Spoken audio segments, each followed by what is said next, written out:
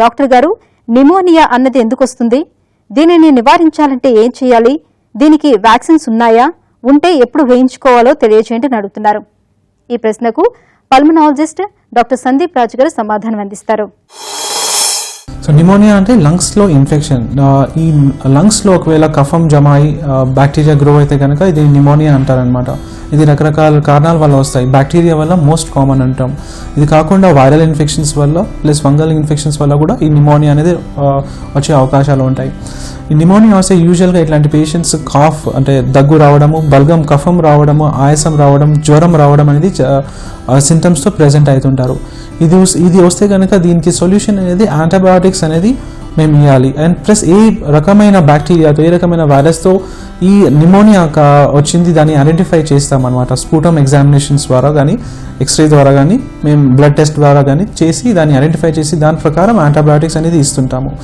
ఇది చాలా common. So OPD basis ఒకవేళ మైల్డ్ నిమోనియా ఉంటే కనుక దీన్ని ఓపీడీ బేసిస్ పైనే మనం డయాగ్నోస్ చేసి దానికి ట్రీట్మెంట్ టాబ్లెట్ ఫామ్స్లోనే ఇవ్వచ్చు. ఒకవేళ ఇది సీరియస్ నిమోనియా ఉంటే హాస్పిటల్లో అడ్మిట్ అయ్యే అవకాశాలు ఉంటాయి అండ్ ఐవీ డ్రగ్స్ కూడా తీసుకోవాల్సి వస్తుంది. ఈ నిమోనియా అనేది మెయిన్గా బ్యాక్టీరియా వల్ల వస్తుంది. ఈ బ్యాక్టీరియాని ప్రివెంట్ చేయడానికి బేసిక్గా మనం ఇమ్యూనిటీ మంచిగా ఉంటే బ్యాక్టీరియా అన్ని చోట ఉంటాయి.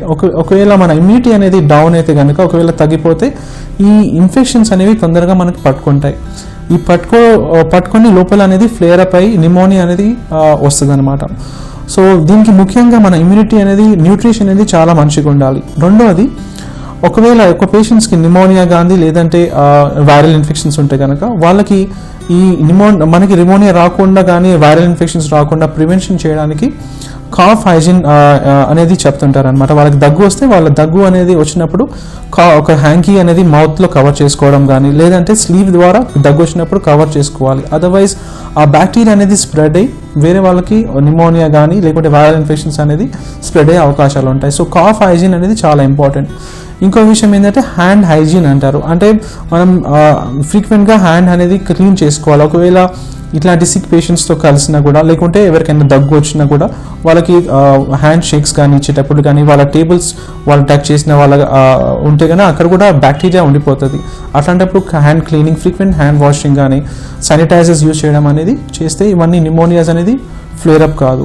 నిమోనియాకి ట్రీట్మెంట్ అనేది యాంటీబయాటిక్స్ ఒకవేళ బ్యాక్టీరియాతో ఉంటే, ఒకవేళ వైరల్తో ఉంటే antiviral infections and supportive care తీసుకుంటారు.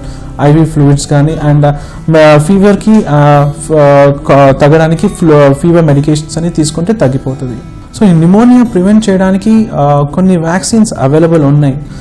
వ్యాక్సిన్స్ అంటే మనం చిన్నపిల్లలకి యూజువల్గా అనుకుంటాము టీకాలు చిన్నపిల్లలకే ఉంటాయి. కాకపోతే ఎల్డర్లీ పీపుల్ కూడా టీకాలు ఉంటాయి, రకరకాల టీకాలు ఉంటాయి. సో ఒక రకమైన టీకా అనేది నిమోనియా రాకుండా ప్రివెన్షన్ చేయడానికి.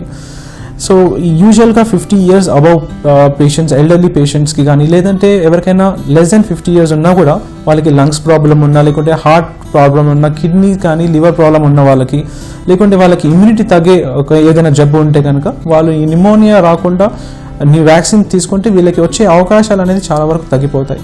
నిమోనియా వ్యాక్సిన్స్ 2 రకాల వ్యాక్సిన్స్ ఉంటాయి.